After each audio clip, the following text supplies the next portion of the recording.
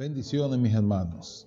El Señor les ayude, les prospere, les guarde, les bendiga absolutamente en todo.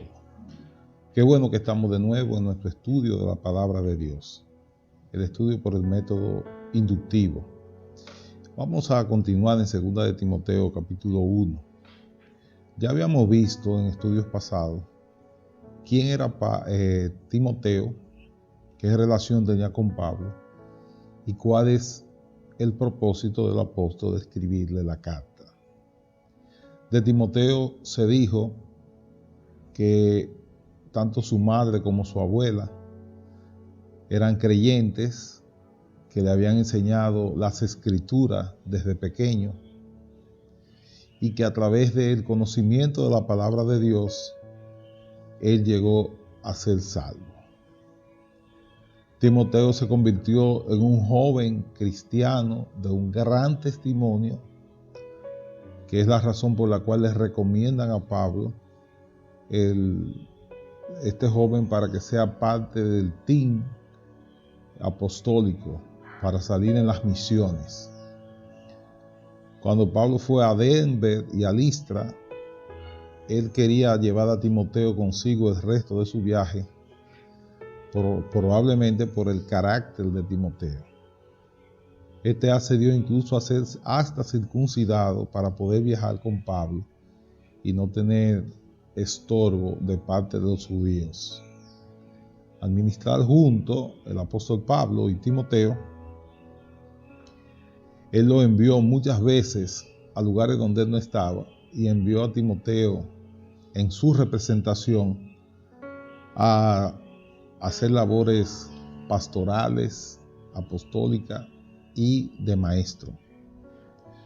Pablo certifica que Timoteo ciertamente tiene una fe genuina y sincera y que se preocupa de verdad por el bienestar de los demás. Y entonces, hoy vamos a discutir lo que ustedes han estado revisando acerca de este estudio, que son las palabras específicas que vamos a detenernos en ellas. ¿Cómo inicia Pablo su segunda carta a Timoteo? Bueno, Pablo inicia diciendo que él es apóstol de Jesucristo por la voluntad de Dios, según la promesa de vida que tenemos en Cristo Jesús.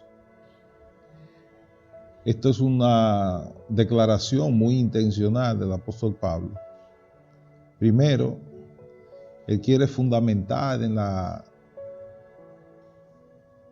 percepción de Timoteo la idea de que el apostolado de Pablo está fundamentado en la voluntad del Señor. Samuel, ¿por qué tú crees que Pablo tenía que serle reiterativo a Timoteo acerca de la veracidad de su apostolado?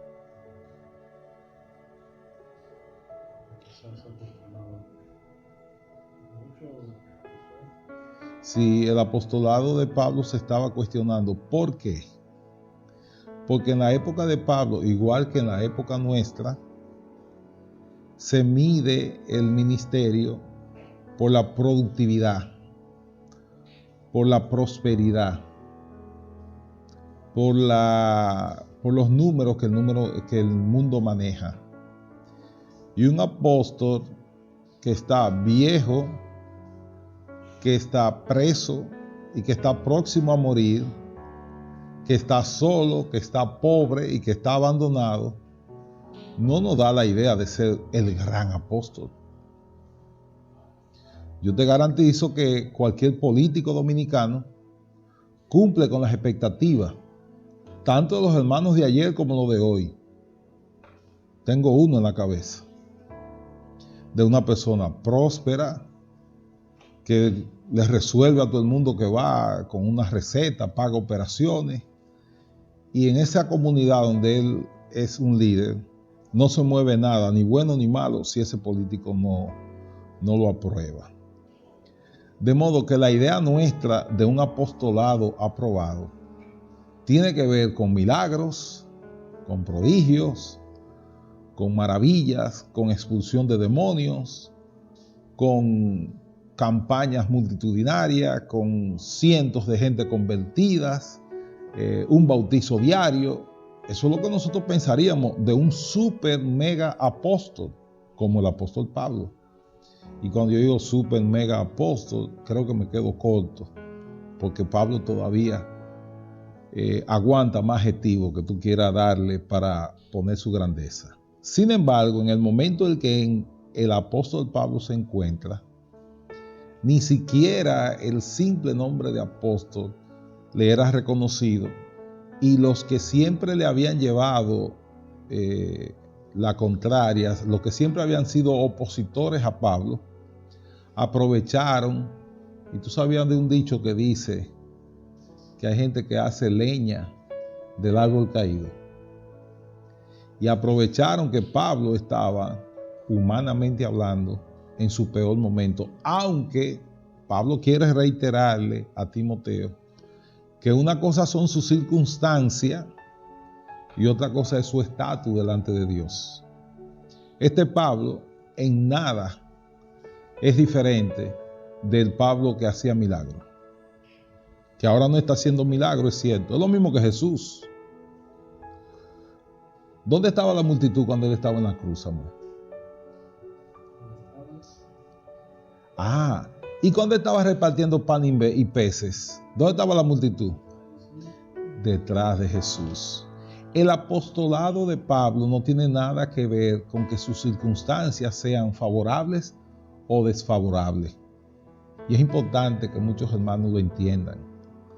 Algunas veces no estamos pasando por una situación fácil o agradable. Y algunas veces el enemigo nos lleva a dudar porque nos hace la pregunta, ¿dónde? ¿Dónde está tu Dios? En el momento del dolor, del desempleo, de la enfermedad, de la angustia, de la quiebra, de la desesperanza, de la cárcel, de la persecución. ¿Dónde está tu Dios? Nuestro Dios está en el mismo lugar donde siempre ha estado. Por eso el apóstol Pablo le quiere decir a Timoteo que la base de su apostolado no es que Pablo hizo un curso de apostolismo. No sé si eso se hace. ¿Se hace eso, Samuel? Bueno, yo no manejo mucho eso, no tengo mucha información. Pero Pablo no fue a una academia ni a un colegio a estudiar el apostolado. Ni nadie le legó. Pablo no fue asistente de un apóstol, como es el caso de Timoteo. Pablo no aprendió el trabajo apostólico porque otro apóstol le enseñara, sino que Pablo es apóstol por la voluntad de Dios. ¿Tú recuerdas la historia que yo te hacía cuando tú eras pequeño? Del hombre malo. ¿No te acuerdas? Bueno, yo te hacía la historia del apóstol Pablo, que era un hombre malo, muy malo, y hacía el énfasis en eso, que iba sobre un caballo y que Jesús se le apareció al mediodía. En esta historia, mientras Pablo va a perseguir a los cristianos, Jesús se le aparece a un perseguidor de los cristianos, a un enemigo de la cruz, a alguien que había consentido la muerte apedrada de Esteban, el primer mártir de la iglesia. A este enemigo de la cruz, Dios se le presenta y lo llama. Primero detiene su ministerio de persecución y le dice que él ya no iba a hacer ese trabajo. Y Dios lo llamó, Jesús se le apareció en persona a Saulo de Tarso, que iba respirando odio, deseo de asesinato y de maldad contra los creyentes. Jesús lo frenó, lo detuvo, y al detener al perseguidor, lo hizo parte de su reino. Así que el apóstol Pablo fue escogido por Jesús en persona, de modo que él dice, independientemente de lo que esté pasando ahora, Pablo es un hombre que ha sido enviado un hombre que fue escogido según la voluntad del Señor. Samuel, cuando Dios nos envía a algo, todo se nos facilita. Nosotros tenemos la idea de que si estamos haciendo la voluntad de Dios, no vamos a encontrar obstáculos, no vamos a encontrar problemas, no vamos a encontrar aflicciones, no vamos a encontrar dificultades.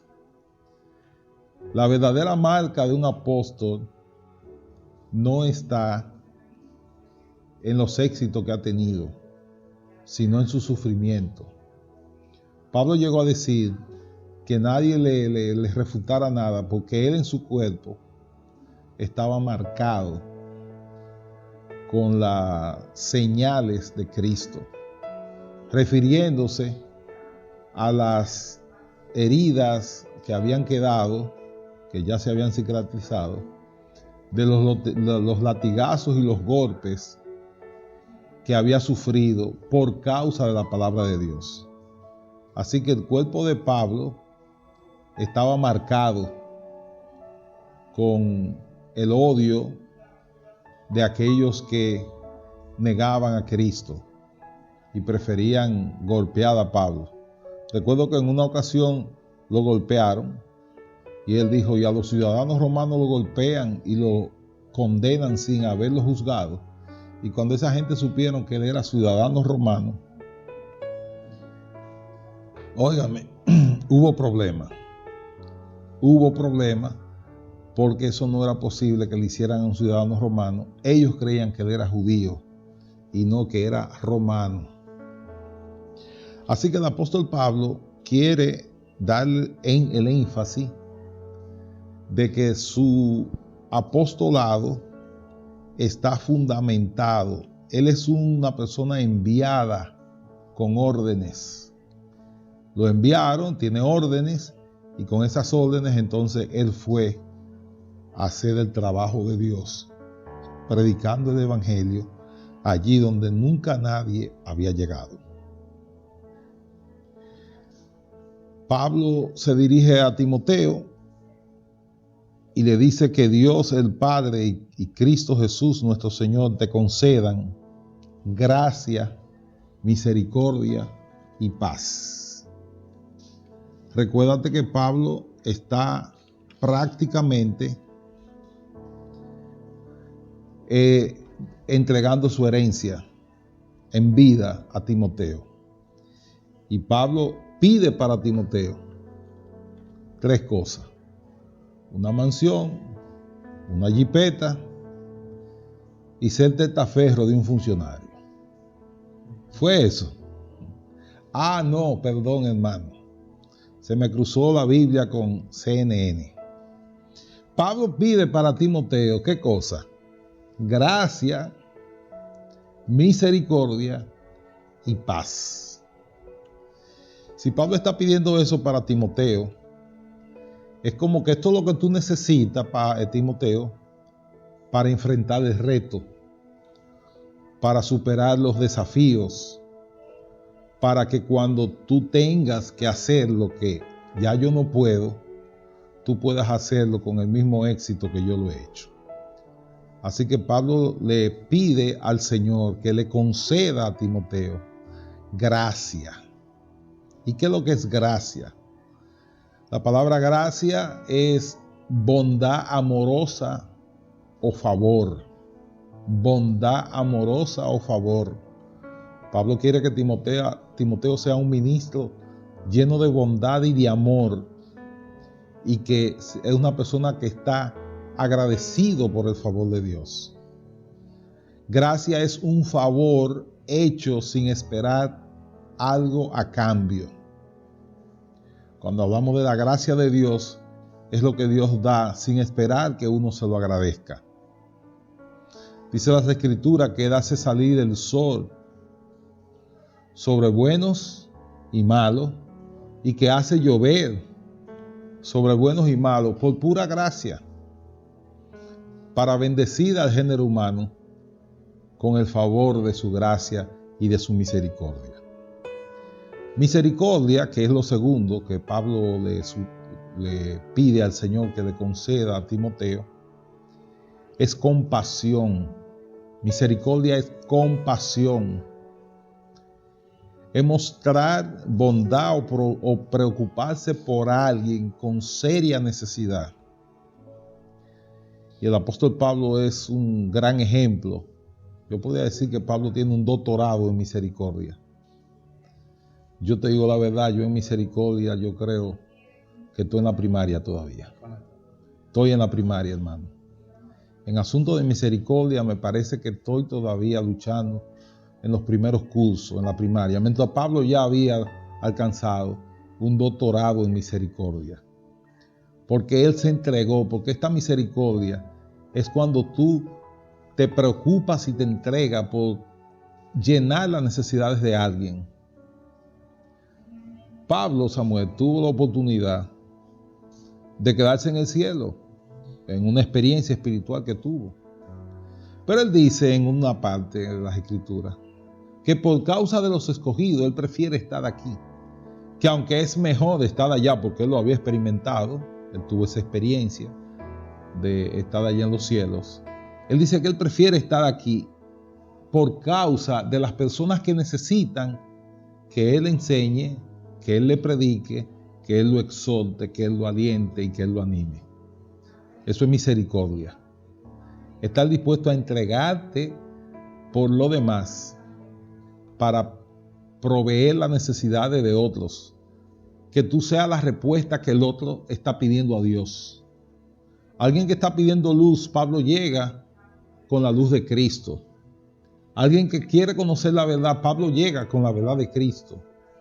Alguien que quiere conocer la paz, Pablo llega con la paz de Cristo. Alguien que quiere tocar las puertas del cielo, Pablo llega con las puertas del reino abiertas para que esa persona entre a Cristo. Así que misericordia es esa compasión, ese ponerte en el lugar del otro, ese saber la necesidad del otro y saber que tú también puedes estar ahí. Porque algo que yo te quiero enseñar, Samuel, y quiero enseñarle a los hermanos, es que en este mundo nada es fijo, nada es estable. Los que un día están arriba pueden estar abajo, pero los que un día están abajo pueden estar arriba.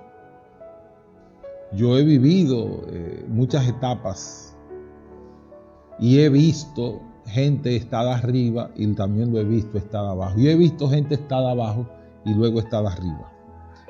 De modo que tú tienes que ponerte en el lugar del otro para ser clemente y para ser misericordioso. De casualidad, tú sabías que por poco, yo en vez de Freddy me ponen Clemente. Porque el 23 de noviembre del año en que yo nací, en el calendario Bristol, el santo que me tocaba a mí era San Clemente. Así que yo, Clemente Rafael Peña, tremendo nombre. Y lo último que Pablo quiere para Timoteo, pero me estoy refiriendo solamente al verso 2. El deseo del apóstol Pablo para Timoteo es que tenga gracia, misericordia y paz. Y la paz, ¿y cómo tú me hablas de Pablo que tuvo paz? Si era un hombre que vivía, cuando Pablo no estaba preso, lo andaban buscando para trancarlo. ¿Cómo tú me hablas de paz? ¿Cómo Pablo habla de paz si estuvo en persecuciones contra él, estuvo en traiciones, estuvo preso, estuvo en naufragio? Bueno, tuvo que huir muchísimas veces de ciudades. Yo creo que Pablo le ganaba a Félix Sánchez, corriendo, huyendo cada vez que lo perseguían. ¿Y cómo Pablo habla de paz? El punto que la gente entiende que la paz es ausencia de problemas. Y la Biblia tiene un concepto más amplio de la paz. La paz es tranquilidad en medio de la guerra. La paz es la presencia de Dios en tu vida en medio de la angustia, del dolor, de la miseria, de las batallas, de la persecución, de la incertidumbre, de la duda. La paz es armonía. ¿Armonía con quién? Hay 3 personas con quien tú tienes que estar de acuerdo. Armonía con Dios, armonía contigo mismo y armonía con tu prójimo. Con Dios al hacer la voluntad de Dios revelada en las Escrituras. Contigo mismo cuando tú vives según los principios que tú has aprendido de tu familia o de la palabra de Dios o de tu iglesia. Y con los demás cuando, como dice las Escrituras, trata de estar en paz con todo hasta donde sea posible. Evitar el conflicto o tratar de resolverlo a la manera de Dios, de la manera cristiana, como Dios espera que nosotros lo hagamos. Así que Pablo le rogó al Señor que Timoteo tuviera 3 cosas: gracia, misericordia, ¿y cuál sería la otra, Samuel? Gracia, misericordia y paz. Esa paz, bueno, yo conozco 3 personas características, siempre saludaban con paz. El director de la UNED siempre desea paz cuando saluda a uno. Leito, que le decíamos paz porque siempre menciona esa paz. Y José, que siempre le decía a uno: tenga paz, pastor, tenga paz, hermano. Así que esa paz es comunión con Dios, comunión con tu hermano, comunión contigo mismo. Es armonía, es estar de acuerdo con Dios, es vivir de acuerdo con lo que tú has recibido de parte del Señor y de tu iglesia. Y es estar en armonía o en concordia con los demás, hasta donde sea posible.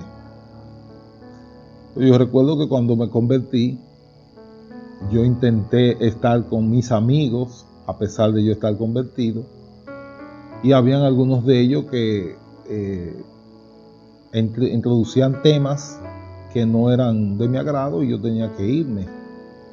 Así que con ese círculo de amigos tuve que separarme de ellos porque no había armonía, no había comunión, y no es que sea enemigo de ninguno de mis antiguos amigos, pero ya no teníamos el mismo tema para compartir, porque el tema mío es Cristo. Ellos estaban planteando lo que los jóvenes de esa época anhelaban y soñaban. Así que para un joven ministro, un apóstol experimentado, les recomienda que busque gracia, misericordia, ¿y cuál es la otra? Y paz. No puede ser un ministro de Cristo si no está dotado de gracia, si no vive dentro de la misericordia y si no tienes tu corazón lleno de paz. Porque tú sabías algo, Samuel: nadie puede dar lo que no tiene. Y nadie puede ofrecer la paz si no la ha experimentado. Jesús le dijo a los discípulos: mi paz os dejo, mi paz os doy. No se la doy como el mundo la da, pero confíen en mí, que yo les voy a dar paz diferente a la paz del mundo. No ausencia de problema o de conflicto, sino comunión con Dios, comunión contigo, comunión con el hermano, a pesar de las luchas o batallas que pudiéramos estar confrontando en ese momento. Así que el Señor nos da paz. ¿Qué dijo Pablo a Timoteo después de esos 2 versos? Vamos a leer, Samuel, los versos 3 al 7. 3 al 7.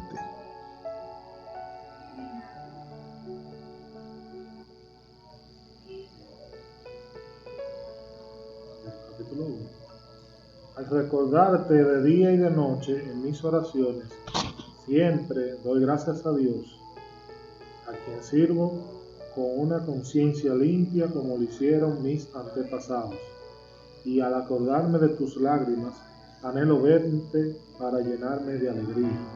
Traigo a la memoria tu fe sincera, la cual animó primero a tu abuela Loida y a tu madre Eunice, y ahora te anima a ti. De eso estoy convencido. Por eso te recomiendo que avives la llama del don de Dios que recibiste cuando te impuse las manos, pues Dios no nos ha dado un espíritu de timidez, sino de poder, de amor y de dominio. Pablo sabía que el joven ministro Timoteo iba a tener que enfrentar las mismas tempestades que Pablo había tenido que superar a causa de la oposición. Cuando nosotros hablamos de oposición, queremos algunas veces compararnos con la oposición que tuvo el apóstol Pablo.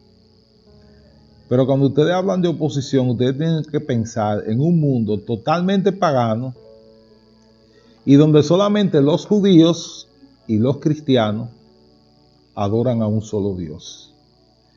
En un mundo con una cultura totalmente pagana. Por ejemplo, a nosotros se nos hace un poquito chistoso las supersticiones de algunas personas que no pasan por debajo de una escalera, que si se te rompe un vidrio va a tener 7 años de mala suerte, que para salir a la calle tienen que ver si es con el pie izquierdo o con el pie derecho. Hay una serie de supersticiones que hay en el mundo moderno, pero eso no es absolutamente nada comparado con las supersticiones que se vivían en los tiempos del apóstol Pablo, donde la gente entendía que todo era un Dios y que cuando tú ibas a sacar una cubeta de agua del río, tú tenías que pedirle permiso al Dios río. Pero antes había pasado por el bosque, tenía que pedirle permiso al Dios bosque o hacer un sacrificio. O sea, la gente vivía en una oscuridad terrible. Y Pablo venir a hablar de un evangelio que no tiene nada que ver con todas esas creencias y supersticiones. Bueno, los cristianos eran llamados ateos en su época, porque creían en un solo Dios y no creían en todos los dioses. Y la creencia en todos esos dioses llevaba toda una cosmovisión de supersticiones. La gente era supersticiosa absolutamente para todo. Todo era una superstición. Así que tú eras un individuo totalmente extraño si tú vivías ajeno a ese sistema de creencias falsas y de supersticiones, y con ese miedo y temor de ofender a un Dios o una deidad, porque un juicio te podía caer. Entonces Pablo, cuando tiene oposición, es que el evangelio es totalmente ofensivo a la idolatría. El evangelio es totalmente ofensivo contra las supersticiones. El evangelio es totalmente lo opuesto a lo que el mundo de Pablo sostenía, creía, pensaba y esperaba. Por tanto, Pablo tuvo que vivir siempre en medio de tormentas. Así que Pablo era experto en vivir. Pablo podía cantar la canción Paz en medio de la tormenta, porque su vida estaba llena de una tormenta continua. El evangelio predicado era buscarte la oposición de todo el mundo, porque el evangelio iba en contra de las costumbres, de los credos y de las supersticiones de la época, igual que hoy, igual que ahora. La definición del hombre del mundo no es la definición que da la Biblia. Que tú eres un hombre es el que hace la voluntad de Dios, pero la definición que tiene el mundo de hombre no es lo que la Biblia dice. Los mundanos tienen otra definición de lo que es la hombría verdadera. Así que el apóstol Pablo está seguro que Timoteo va a tener que navegar frente a grandes tormentas y que para eso tiene que estar muy bien arraigado en la fe sincera, la fe genuina que había heredado de su madre y de su abuela. Pero Pablo les recordó algo que hemos señalado anteriormente. Les recordó que aviva el don de Dios que recibiste. Por eso te recomiendo que avive la llama del don de Dios que recibiste cuando te impuse las manos. Hay un don que Dios puso en Pablo, Samuel, y que Pablo le está diciendo que debe de avivarlo. Tú puedes tener un don, pero necesitas avivarlo, cultivarlo, desarrollarlo. Por eso Pablo hace dice Pablo en el verso 7, pues Dios no nos ha dado un espíritu de timidez. Parece que había algún tipo de timidez en Timoteo. Dios no ha dado espíritu de timidez o de cobardía, sino de poder, de amor y de dominio propio. Así que el apóstol Pablo está recomendando a Timoteo que frente a las tormentas de oposición le echara mano a la fe no fingida que estaba en él, a la enseñanza de la palabra de Dios que él había heredado de su madre y su abuela, y también al don de Dios, el don espiritual que estaba en su vida. Aviva el don de Dios que recibiste. ¿Cuál don? El don de enseñar, el don de pastorear, el don de predicar, el don de dirigir, el don de creer, el don de Dios, lo que Dios ha puesto en tu corazón, avívalo, cultívalo. Por ejemplo, yo le puse en la iglesia, tú estabas más pequeño, el ejemplo de que a mí me encantaría que por imposición de mano todos los libros que yo haya leído pasaran a ti. Pero para tú leer lo que yo he leído, tienes que coger cada libro y ponerte a leerlo. No hay manera de que yo te pueda imponer un don.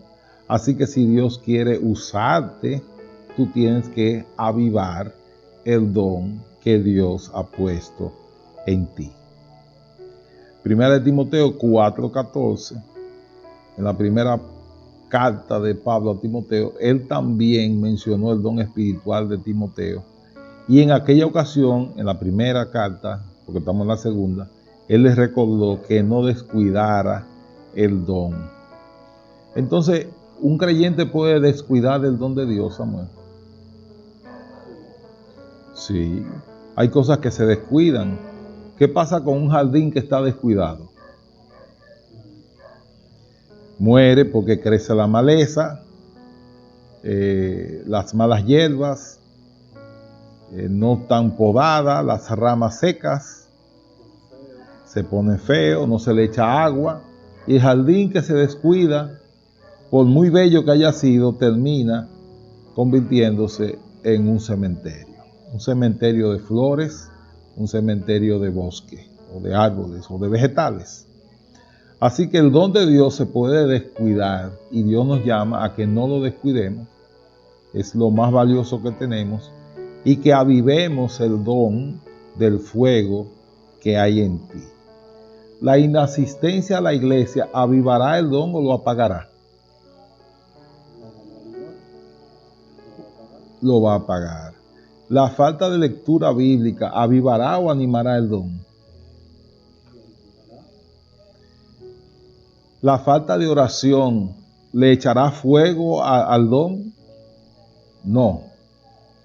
Entonces, cuando descuidamos las disciplinas espirituales de la oración, de la lectura o el estudio de la palabra de Dios, de la asistencia a la iglesia, de la comunión con los hermanos, del testificar de Cristo donde quiera que estemos, cuando descuidamos nuestra relación con Dios y con nuestros hermanos, cuando descuidamos el don de Dios, entonces es bueno oír estas palabras del apóstol de que aviva, vuelve a leer, vuelve a orar. Trata de no perderte un culto, ya sea virtual o ya sea presencial. Llega a tiempo a las actividades. Cuando esté en la casa, que el culto es virtual, separa un espacio No tenga el culto fregando o trapeando. Saque ese momento para el culto. Detente.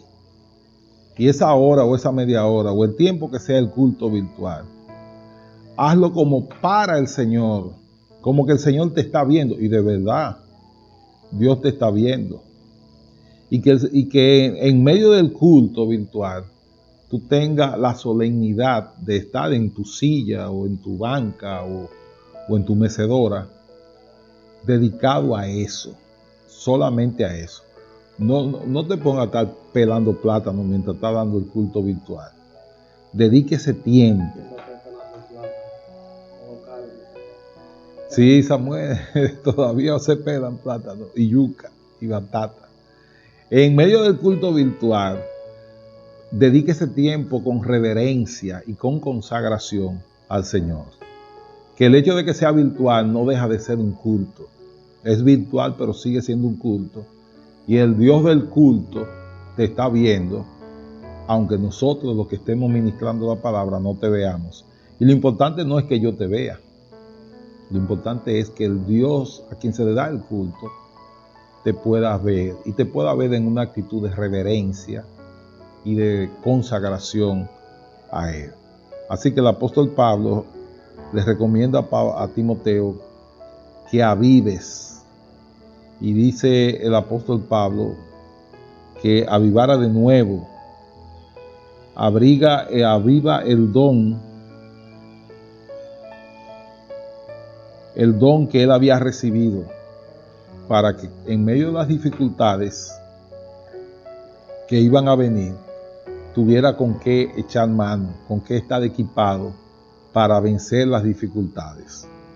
Así que los creyentes, cuando reciben el don, Dios les da poder, habilidad o capacidad del Espíritu Santo. Ese poder de Dios es el mismo poder que levantó a Jesús de entre los muertos. Ese poder lo tiene el creyente para no estar sometido al molde de este mundo, ni para tener los valores que este mundo tiene, que a lo bueno le llama malo y a lo malo le llama bueno, y que le da mucha importancia a cualquier programa o película, pero que desprecia un culto donde se está adorando y se está bendiciendo el nombre de Dios. Nosotros tenemos que valorar el culto, valorar el momento en que se está hablando de Dios y poner las otras cosas en un segundo o tercer plano. El creyente, cuando Dios le da el don y lo llena de poder, también lo llena de amor. Este amor es afecto, este amor implica una actitud de devoción, un deseo y una pasión de honrar a Dios en su corazón. Una pasión que va más allá de nuestros entendimientos, que sale de nuestro espíritu, el deseo de adorar y de agradar a Dios con nuestras actitudes, con nuestros pensamientos y con nuestras palabras. Todos los creyentes reciben dones de parte de Dios, y es nuestra tarea usar ese don para servir a Dios a través de ese don, ministrando a otros. Aquellos que tienen el don de Dios, como habla Pablo y Timoteo, no pueden dejar de hablar de Dios. Siempre van a estar comunicándole a otros la salvación que es a través de Cristo. Y aquellos que tienen el don del servicio lo hacen con el poder de Dios. Así que estos dones que tenemos aquí, o habilidades o capacidades, tienen que ver con poder, amor y dominio propio. Sino poder, amor y dominio propio. Poder, ya hemos visto que es el mismo poder que resucitó a Cristo. Es el poder de cambiar la muerte por la vida. Es el poder de cambiar la incertidumbre por fe. Es el poder de poder cambiar los corazones oscuros por la luz de Cristo.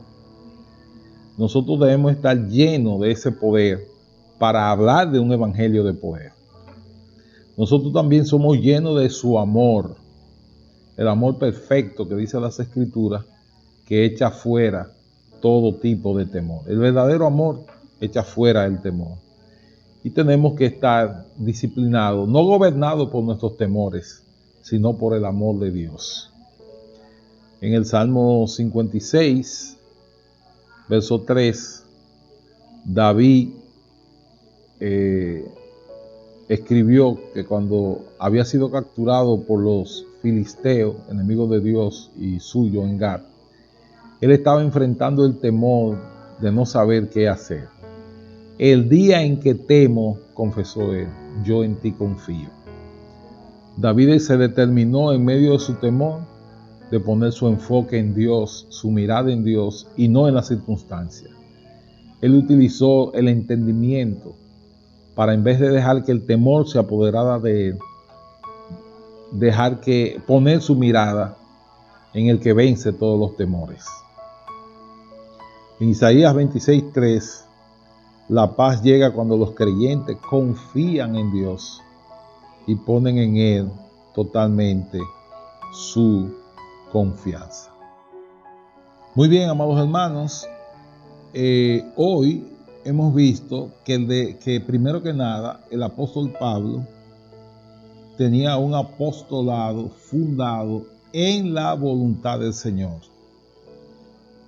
¿Qué significa eso?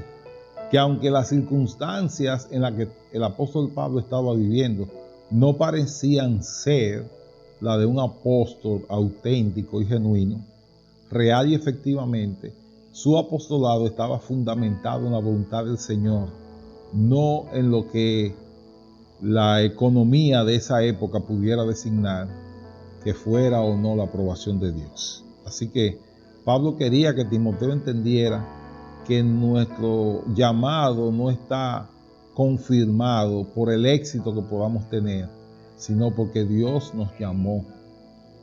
Aunque seamos pastores de solamente 5 gentes, si Dios nos llamó a pastorear 5 gentes, gloria a Dios, esa es su voluntad. Y yo no quiero pastorear 7 si me mandó a pastorear 5. Es difícil decirlo porque hoy día todo el mundo quisiera ser un pastor de miles de ovejas. Sin embargo, la voluntad de Dios es que hay pastores de miles de ovejas, hay pastores de cientos de ovejas y habemos pastores de una docena o 2 docenas de ovejas. Pero lo importante no es qué hago o hasta dónde yo puedo llegar, sino si esa es la voluntad de Dios, pues esa es la que yo voy a hacer.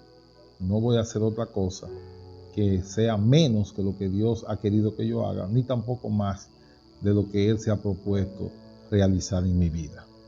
Así que la voluntad de Dios no se experimenta por los resultados, sino por el llamado.